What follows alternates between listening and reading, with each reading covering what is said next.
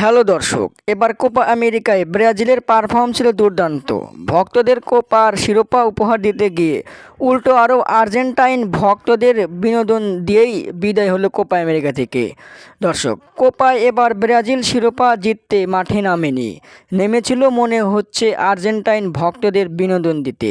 কী খেললো Brazil, 9বারের Copa champion এমন বাজে খেলবে ভক্তরা এটা আশা করেনি।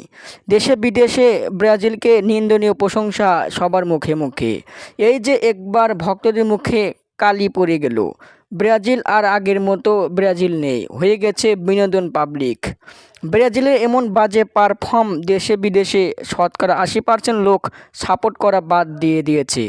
অনেকেই অফিস আদালত কাজকর্ম বাদ দিয়ে সকালে ঘুম না পেরে খালি পেটে দেখেছে ব্রাজিলের খেলা।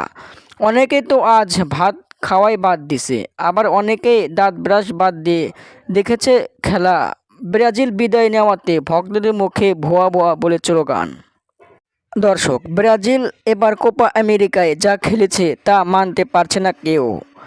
দর্শক, আপনাদের মতামত কি? ব্রাজিল কি আদৌ পাল্টাতে পারবে এই আচরণ, নাকি এবারই খেলতে যাবে? কমেন্টের মাধ্যমে জানিয়ে দিন। ধন্যবাদ।